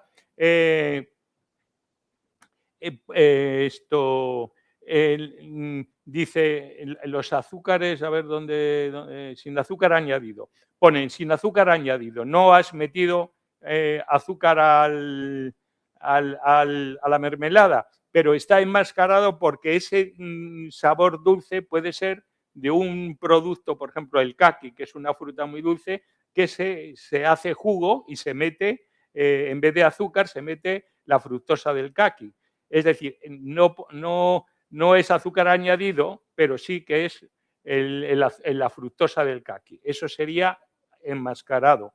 Y luego dice, y los azúcares libres y los que están ya en los alimentos, joder, y el azúcar que ya está en la naranja. Es decir, que si eso de azúcares libres, azúcar enmascarado, todo eso son argumentos que utiliza, digamos, la industria para decir, para pensar, para creernos que no tiene azúcar y nos engaña. Lo de los aditivos, como veis, son varios Es, ¿no? E1 son los colorantes, como la cúrcuma, los E2 son conservantes, como nitritos y sulfitos. Esos pueden ser, bueno, todos los aditivos son legales y no son perjudiciales, porque si no estarían prohibidos en la Unión Europea. Pero, evidentemente, cuantos menos aditivos, mejor, ¿no? Lo que pasa es que si no ponemos, por ejemplo, los nitritos y los sulfitos, pues, por ejemplo, los embutidos, pues se pondrían malos, se conservarían peor, tendríamos botulismo, tendríamos tendríamos mala conservación de esos alimentos. Los antioxidantes, pues eso, si no pones un antioxidante, pues el alimento se oxida y se pone oscuro. Los espesantes, el E5 potenciadores del sabor, el glutamato, que es muy adictivo, ¿no? Eso es lo que nos hace engancharnos al alimento. Y luego los edulcorantes. Bueno, eso ya es para matrícula de honor, lo de los aditivos, ¿no? Pero bueno, que están ahí. La grasa tiene que tener menos del 10%. Si tiene más del 20% es malo. Y ya sabéis que cuando pone en grasa vegetal, pues es mala, ¿no? También es mala la grasa trans y la grasa hidrogenada y la grasa saturada. Eso ya lo he comentado antes. La fibra tiene que tener 10 gramos por 100 gramos de alimento, ok. El sodio menos de 200 miligramos. Yo sé que esto es muy complicado de asumir, ¿no? Y los alergenos, pues eso, yo soy alérgico al cacahuete, al coco, al gluten, entonces no lo tengo, aparece ahí y eso siempre aparece en la receta, ¿no? Bueno, el siguiente, digamos, un tema que quería comentar, bueno, no son mitos, pero es algo que estamos invadidos por ello, son los alimentos ultraprocesados. Hay 3 tipos de alimentos, los alimentos naturales, como puede ser, pues bueno, una sardina o un tomate o una manzana, ¿no? Alimentos procesados, como puede ser el pan o pueden ser las verduras congeladas o los botes, por ejemplo, de legumbres, pero los ultraprocesados, que son todos estos que tengo aquí, veis que no sé si los podéis leer, pero seguramente ninguno de vosotros ha probado nunca nada de eso, seguramente. Y además, seguramente diréis que están horribles, ¿no? Que no. Bueno, pues sí, efectivamente. Yo creo que este es el éxito de los ultraprocesados, ¿no? Los comemos porque están en todas partes y los comemos porque son riquísimos, ¿no? Pero estos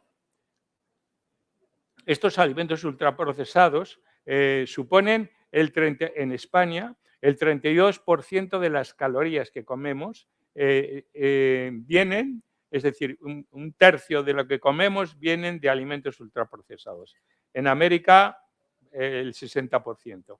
Y todo el azúcar que tomamos, que decimos, no, yo no tomo azúcar en el café, pues el 80% del azúcar que nos tomamos está en los alimentos ultraprocesados. Es decir, que si nos tomamos un poquito de ketchup, no sé si sabéis la cantidad de azúcar que tiene eso.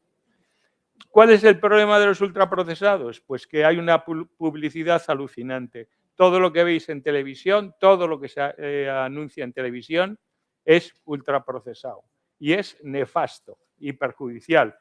Por supuesto que no veis en televisión anunciar lentejas o comer latas de sardinas, ¿no?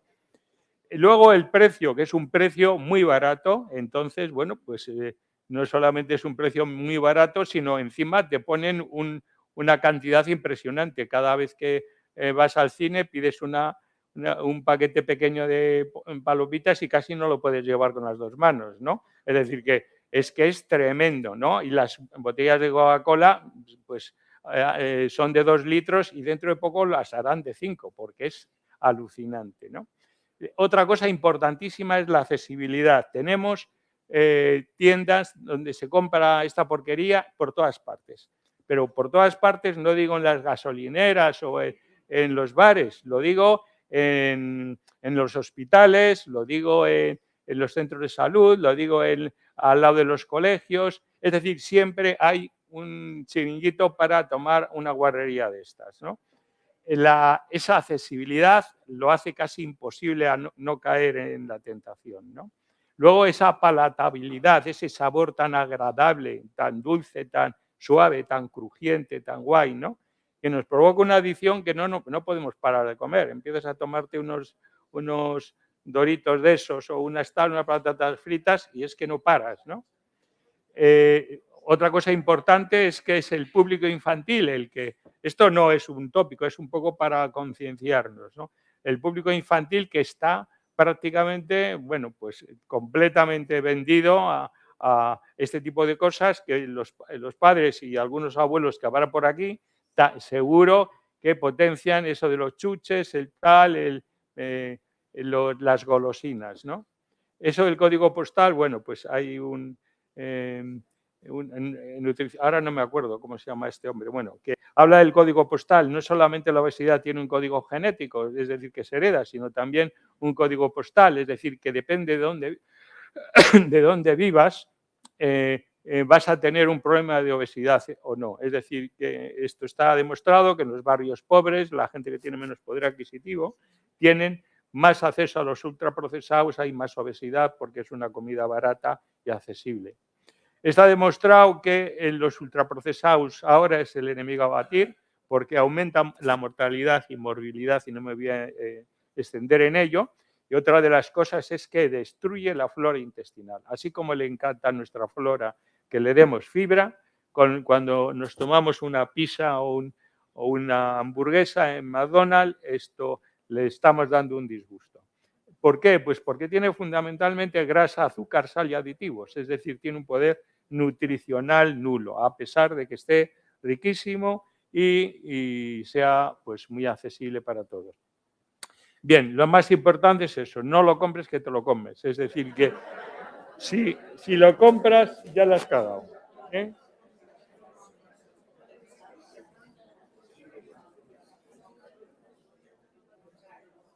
A ver si...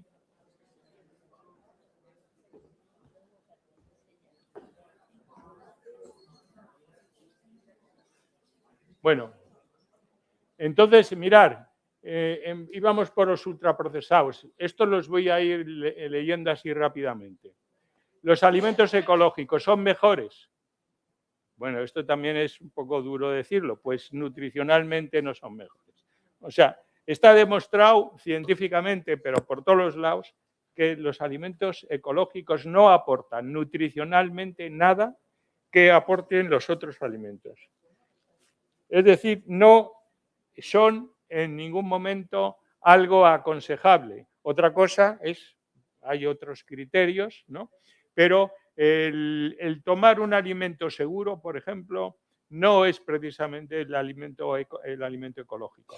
La mayor intoxicación que ha habido en Europa, con 40 y tantas muertes, ocurrió, me parece, en Alemania hace unos años, de unos brotes de soja que se contaminaron con un hongo, y murieron 40 y tantas personas. No sé si os acordáis que coincidió con la guerra del pepino, que decían que había pepinos en España que estaban contaminados y luego era ese producto ecológico. Es decir, los alimentos ecológicos tienen como tienen menos, digamos, tratamientos para controlar, digamos, que no se pudran o que no se estropeen, pues son más sensibles a tener problemas de tipo, pues eso, de infecciones por hongos, etcétera. Aparte de que... No, lo de los bio, eso, no, lo de los bio es una estafa, eso es otra cosa. Eso ya, todo lo bio directamente hay que salir, ¿eh? Tú vete a la pescadería y la carnicería y pide un bio. Pues eso, o sea, los bio, donde vendan bio, desaparece, corriendo. Es un argumento, eso de los bio, es como un producto natural, o sea, es un cuento chino. O sea, es que la industria nos engaña, pero no, te lo digo porque es muy buena pregunta, ¿eh? Precisamente a lo mejor lo comento más adelante, el tema de los argumentos falsos que utiliza la industria para vendernos la moto. Bueno, lo que os decía, los alimentos ecológicos. Yo compro de vez en cuando en Lidl. Venden unos plátanos de Perú ecológicos envueltos en un papel de plástico estupendo, un pedazo de plátano así de grande, maravilloso, estupendo, que lo traen lógicamente en avión, envuelto en un papel de plástico, y cuesta más barato es ecológico, que los plátanos de Canarias, que están así medio amarillentos y tal y cual. Es decir, eso es un alimento ecológico que han contaminado, lo han traído por avión. Es absolutamente delirante que vendan algo ecológico como algo sano, porque evidentemente la industria lo que hace es engañarnos, ¿no? Entonces, como lo ecológico es la pera, pues ya se dedican a meter cosas ecológicas que no son nutricionalmente mejores. Yo lo que os digo es, si queremos tener un consumo razonable, hagamos un consumo de proximidad. Me está picando el ojo. De proximidad. ¿Qué quiere decir? Que vayamos a comprar a los carros, y compremos al señor que tiene la huerta al lado, que a lo mejor las naranjas no son de allí, pero bueno, pues tiene verduras, tiene patatas, tiene tal. Que no son ecológicos, están buenísimos. Además, la calidad de un alimento, el sabor de un alimento, de una fruta, de un tomate, no es que sea ecológico, no, es el tiempo que tarda desde recogerlo hasta que te lo comes. Si alguien se ha tomado un tomate arrancado de una mata, se verá que ese tomate es delicioso. Pero si ese tomate se mete en una cámara, al cabo de un tiempo pierde ese sabor. Bueno, los alimentos ecológicos no son nutricionalmente mejores. Cada uno que haga lo que quiera, pero no aportan un valor añadido. ¿Los alimentos transgénicos son malos? Por supuesto que no. Es decir, yo creo que esto es una cosa que además igual está demostrado perfectamente que son alimentos todavía más seguros. Gracias a los transgénicos vive medio mundo. Si no hubiera transgénicos, los alimentos tendrían plagas, tendrían mogollón de cosas, no serían las semillas tan productivas. En consecuencia, los transgénicos yo creo que es una bendición para la alimentación del mundo, ¿no? Bueno, pues los transgénicos tampoco. Los probióticos y los prebióticos y la microbiota. Ya os he dicho que el intestino es muy importante conservarlo y depende de lo que comamos tendremos un intestino sano o no. Hay dos tipos ¿qué son los prebióticos? Los prebióticos es el alimento que toman los probióticos. Es decir, los prebióticos es lo que comen nuestra flora, que son los probióticos, ¿no? Entonces, todas estas bacterias buenas son probióticos. Las podemos tomar en los lácteos fermentados, el kéfir, el yogur, son probióticos, y los prebióticos sería, digamos, pues la fibra. ¿Vale? Bien, pero la industria es la industria. Yo recuerdo que dejé hace 3 años cuando acabó el COVID, dejé de ser médico asistencial y ya llevamos unos años donde la industria farmacéutica, que ya sabes que nos visitan, los representantes, todos empezaron a salir probióticos por todos los lados. Que si la diarrea, que si un antibiótico, que si ya en la farmacia, cuando porque tienes anginas y compras un antibiótico que está financiado, te dice la farmacéutica, no, tomes este probiótico porque usted con el antibiótico puede producir una diarrea porque se carga un poquito la flora bacteriana, tome el probiótico. Bueno, esto también lo he leído recientemente, es decir, que no esté actualizado, no sirven para nada. Lo que pasa es que tenemos pues otro rollito de la industria, nos meten probióticos por todos los lados. En consecuencia, tomar yogur, tomar kéfir si queréis, pero todo esto de los probióticos, que incluso se han hecho estudios en recién nacidos, prematuros y tal y cual, no funcionan. Pensaban que iban a funcionar en estos casos extremos y no funcionan. Y luego tomarlo esto de forma habitual, como siempre, tomar una alimentación sana, rica en vegetales y no tomar tampoco ir a la farmacia a comprar probióticos. Los huevos y el colesterol, bueno, pues ya os he dicho, los huevos es un alimento completo. Había un nutricionista que decía, el huevo es tan completo que una persona puede vivir toda la vida solamente comiendo huevos, menos que no tiene vitamina C. Entonces, huevos con una naranja todos los días, creo que puede sobrevivir. Pero Pero os digo que los huevos son súper sanos, ¿eh? Que todo el mundo en Europa, en el mundo, desayuna 2 huevos, joder, ¿eh? Que yo no sé qué perjuicio, bueno, sí lo sé, ya os lo cuento. Os voy a decir por qué, con el tema del azúcar. Ahora me he acordado.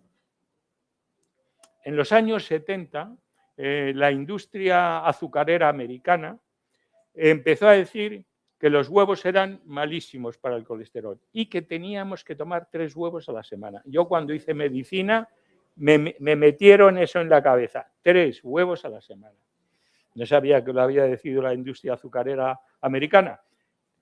Que el aceite de girasol era mejor que el aceite de oliva y que el pescado azul era malísimo. Eso lo he leído hace poco. ¿Y esto por qué? ¿Por qué hace esto la industria azucarera americana? Para poner el foco en el enemigo, las grasas, ¿eh? Y así dejar libre al azúcar. Y esto lo montó de forma sutil la industria americana azucarera porque y ahora menos mal, que yo creo que ya todo el mundo lo sabe, que el problema es el azúcar, ¿eh? Tengo aquí un amigo que toma mucho azúcar y no le miro. Bueno, el problema es el azúcar y esto ya se me ha ido el santo al cielo. Bueno, pues bueno, sí, que efectivamente el colesterol, lo de los huevos y tal y cual, pues es un invento americano, aunque yo lo desconocía, que fue esa, digamos, maniobra que hizo la industria azucarera en los años 70. Bien, las grasas malas y buenas, bueno, eso yo creo que ya lo hemos comentado. Las intolerancias y alergias, el gluten y la lactosa. Decía José, cuando, por cierto, me has presentado, que me he quedado estupefacto. ¿Sabes más de mi vida que yo? Bueno, pues con el tema del gluten. Bien, el gluten sabéis que es la proteína de los cereales y mucha gente puede tener alergia al gluten. ¿Qué es la alergia y qué es la intolerancia? La alergia es que si yo tomo un alimento me lleno de ronchones, ¿no? Me pica todo el cuerpo, me salen abones, me da igual que sea alergia al gluten, al anisakis, a lo que sea. Me pongo fatal. Alergia. Intolerancia es que si yo me tomo el gluten no me salen ronchones, sino que tengo un dolor de tripa y tengo una diarrea que me muero, ¿eh? Eso es intolerancia. Bien. El gluten es una proteína de los cereales que puede alguien tener una intolerancia a nivel de anticuerpos inmunitaria en la mucosa del intestino y entonces, bueno, pues se produce ahí una dificultad en la absorción de esa proteína y entonces se produce diarrea, dolor de tripa y tal y cual. Y hay la gente que es intolerante al gluten, que tienen celiaquía, pues no pueden tomar gluten. Pero un tal Djokovic, que creo que todavía sigue jugando al tenis, decidió que el gluten, sin ser celíaco, le venía muy bien y dejó de tomar gluten. Y bueno, entonces creo que mejoró muchísimo. Bueno, este tipo de personajes más o menos famosos hacen pues apología de este tipo de cosas y no tiene ningún sentido. El no tomar gluten si no eres celíaco es una chorrada. ¿Por qué? Porque los celíacos tienen un problema muy serio, igual que los veganos, igual que los vegetarianos. ¿Sabéis por qué? Porque por ejemplo, un vegano y un vegetariano puede tomar donuts. Sí, puede tomar donuts. Se puede poner morado. Yo soy vegano y me pongo morado a donuts. Es decir, que esta gente que tiene esos problemas va a tomar alimentos que seguramente son una porquería. No me digáis que los alimentos que toman, yo tengo una amiga que es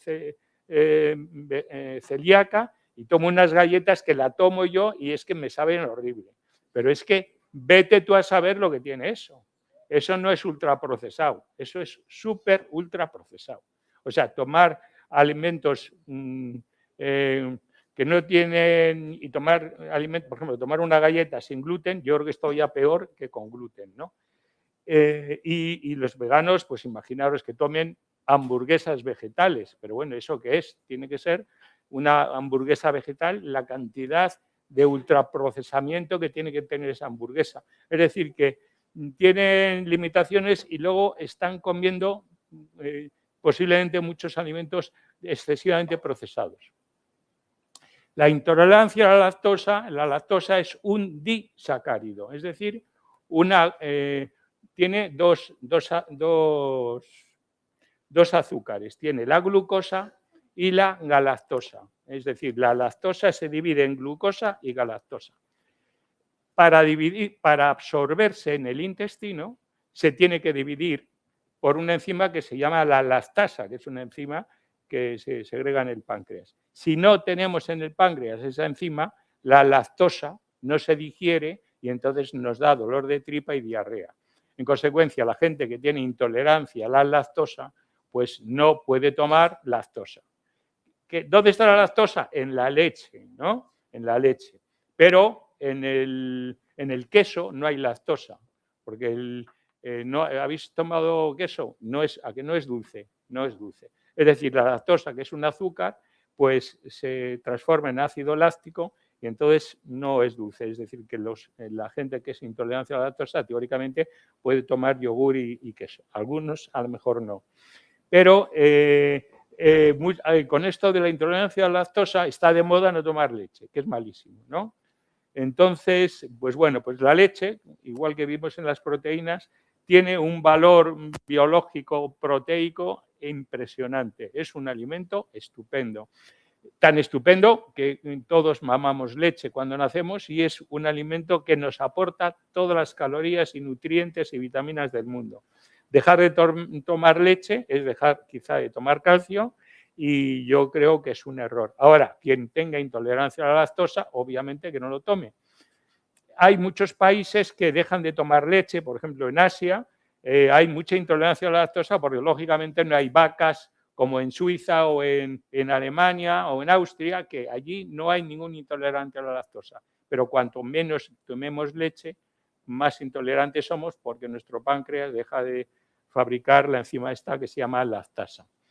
El desayuno ideal, pues el desayuno ideal sería el anisakis. Bueno, el anisakis ahora resulta que, claro, hay, no sé si sabéis, las merluzas del norte de España, 100% tienen anisakis.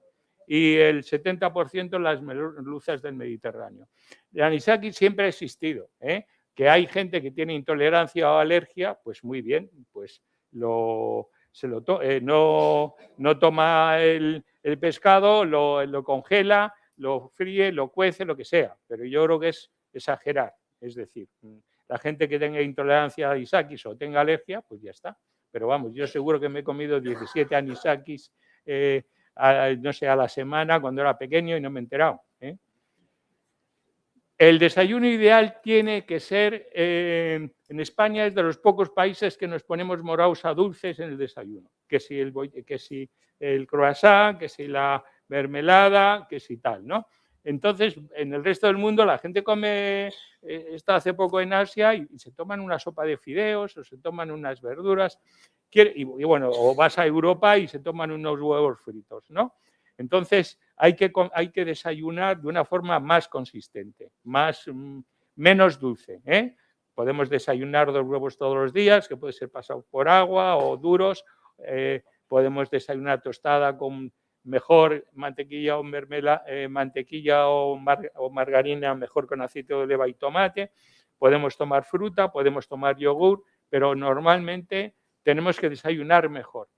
Desayunamos mal. Los complejos vitamínicos y antioxidantes, yo lo he comentado. Los alimentos funcionales y superalimentos. Aquí tenía, a ver, no sé si tenía aquí unos, porque no me acuerdo. La quinoa, las semillas de chía, el aceite de coco, la kale, la espelta, la espirulina. Bueno, todos son productos exóticos. Te ha aburrido. No, nada, es que tenía una cita. Venga, me encanta. José María, hasta luego. Son alimentos exóticos que están de moda y no aportan nada. Es decir, que como antes, que todas las bebidas tenían que tener un poquito de soja para que fueran atractivas. Pues, ¿qué es la soja al final? Son lentejas. ¿Habéis tomado alguna vez un envase de bebida de lentejas, pues es lo mismo que la soja. Lo que pasa es que se ponen de moda, oye, no, que la soja dicen que son buenísimas. Bueno, y bueno, pues eso, los alimentos funcionales son esos que sirven un poco para todo, ¿no?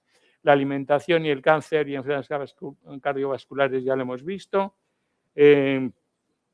Las dietas, la obesidad. La obesidad es una enfermedad crónica, no es una enfermedad que se solucione de la noche a la mañana. Las dietas lo único que provocan es más obesidad, es decir, de hecho está demostrado que todas las personas obesas están a dieta, ¿no? En consecuencia es porque están a dieta, por eso están obesas. Bueno, sería una simpleza, pero lo que se intenta con el tema del sobrepeso es bajar el aporte de calorías y eso no funciona, no funciona. Si tú tomas menos calorías, tu organismo ralentiza su energía y gasta menos. Tú comes menos, pues mi organismo trabaja menos. Es decir, se adapta a ese periodo de ayuno y las dietas con menos calorías no funcionan. ¿Qué es lo que hay que hacer? No tomar una serie de alimentos. Y ya os lo he dicho. Por ejemplo, los azúcares. El único azúcar que debiéramos de tomar, esto estamos aquí un poco exagerando, ¿no? Es el azúcar que hay en la leche, y la lactosa, y el azúcar que hay en la fruta, la fructosa. Ya tenemos azúcar suficiente. Los azúcares y los ultraprocesados es algo que si se suprimiera mejoraría seguramente las dietas. Todas estas dietas convencionales tienen un efecto yo-yo que después se engorda más. Hay dietas que funcionan, como la dieta keto, que es una dieta que produce una cetosis, que es a base de, bueno, no tomar hidratos de carbono. No tomas hidratos de carbono, tomas grasas y proteínas y se produce una cetosis que no es tan mala y bajas peso. Luego eso se puede mantener, pero suprimir sobre todo los hidratos de carbono de absorción rápida. Eso sería, yo creo, que lo mejor. Esto paso el siguiente, esto rápido, que me quedan menos. 5 minutillos tenemos. Bueno, la miel mejor que el azúcar. Bueno, la miel es azúcar, La miel, el sirope de arce, todos los... ¿Qué aporta la miel? La miel tiene un 85% de azúcar. Lo que pasa es que tiene un poquito de antibióticos naturales y tiene minerales y no sé qué, no sé cuánto. Bueno, pero no deja de ser miel. Esto es como una galleta que tiene, yo qué sé, integral, pero no deja de ser una galleta. Ya es mala por el hecho de ser una galleta.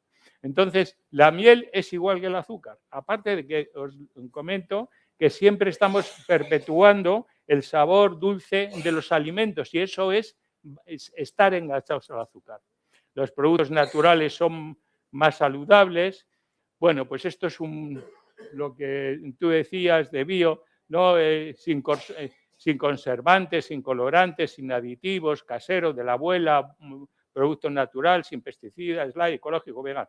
Eso no es sinónimo de sano. Es un marketing.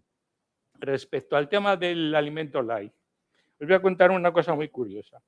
Exactamente, lo tengo aquí. Es una anécdota. Un tal Crohn, hay una hormona que es la hormona del hambre que se llama grelina. Le dieron a un grupo de personas, a unas personas le dieron un batido de vainilla que ponía light, 0 azúcar, 0 no sé qué, la pera limonera, 160 calorías. Y a otro grupo de personas le dieron un batido de vainilla que ponía 600 calorías. Súper rico, súper sabroso, guay del Paraguay.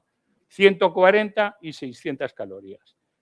20 personas, 20 personas. Los que tomaron el alimento light se quedaron con hambre. Normal, ¿no? Si es menos calorías, se quedaron con hambre. Pero en cambio, los que tomaron el alimento que tenía 600 calorías, se quedaron tan campantes. ¿Sabéis lo que tenía cada botella? Las mismas 300 calorías. ¿Eso qué quiere decir? Que el cerebro nos engaña y tomas un alimento light y dices, joder, si es que esto no sabe nada. ya el hecho de que sea light, ya presuponemos que estamos comiendo menos calorías de las que tomamos. Bueno, este es un estudio que se hizo que fue muy interesante y por eso lo he comentado.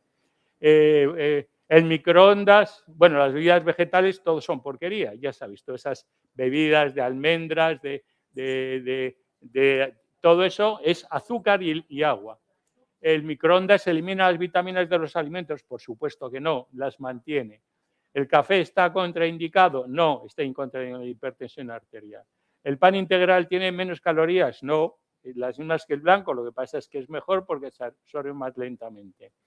¿El pan engorda la miga más? Bueno, pues al revés. Bueno, lo que engorda más es la corteza porque tiene más densidad que la miga.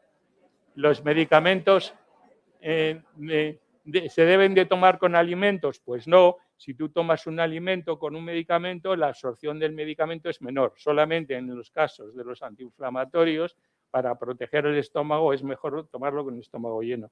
Si tú tomas el paracetamol con un alimento o un antibiótico con un alimento, ese medicamento se va a absorber menos.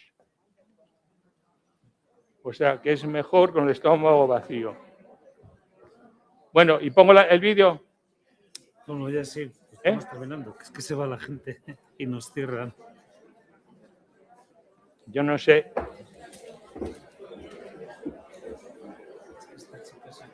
Ya. Macho, a ver.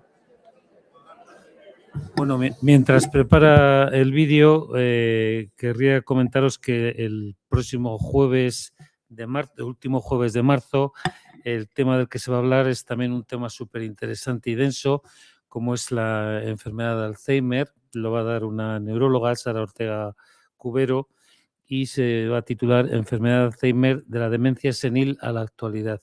Yo creo que va a ser interesante también. Y ahora vamos a ver el... Es un vídeo rápido, es divertido. No sé si se oirá. Ay, no. Joder. Mucho flúor para que todo el azúcar que tomo no me haga mella. Y un champú, que no tengo caspa pero quiero tenerla. Estos panecillos son geniales, se pegan al paladar y a las paredes de mis órganos internos. ¡Anticompra! Este bizcocho de pueblo es del pueblo de Chernobyl y me encantan estas croquetas empanadas con zurrapa de calzoncillo y estos nuggets de restos de pollo del KFC. Unos batiditos para los niños que les queda solo un pelín para la diabetes tipo 2. Los huevos que no falten, de estas gallinas muertas de asco en un gallinero. Y las marbú doradas de toda la vida, las cojo porque me encantan los picos de glucosa. Y para las hamburguesas de los niños este pan de azúcar y un paquetón de estos que no falte, migadas en un buen vaso de colacao. Me gusta la muerte. Un poquito de pan, pero de panadería no, este rústico con su aceite de girasol. Y la droga, que no falte. Y la droga de la abuela, tampoco. Y los donuts para el abuelo, que tiene algo de azúcar y Alzheimer, pero de algo hay que morir. ¡La anticompra! Los polvitos de la risa para el carro. Y esto que parecen orejas de chocolate chiquitas, también. ¡La nocilla! Que no falte. La puedo hacer saludable, pero prefiero la muerte. Unos ositos para la niña, que está con el mono. Y un poquito de glutamato para el cuerpo, que lo noto escaso de mierda. ¡La anticompra! ¡La anticompra! Anda, comenta cuaderno y te enseñamos a cómo comprar de verdad.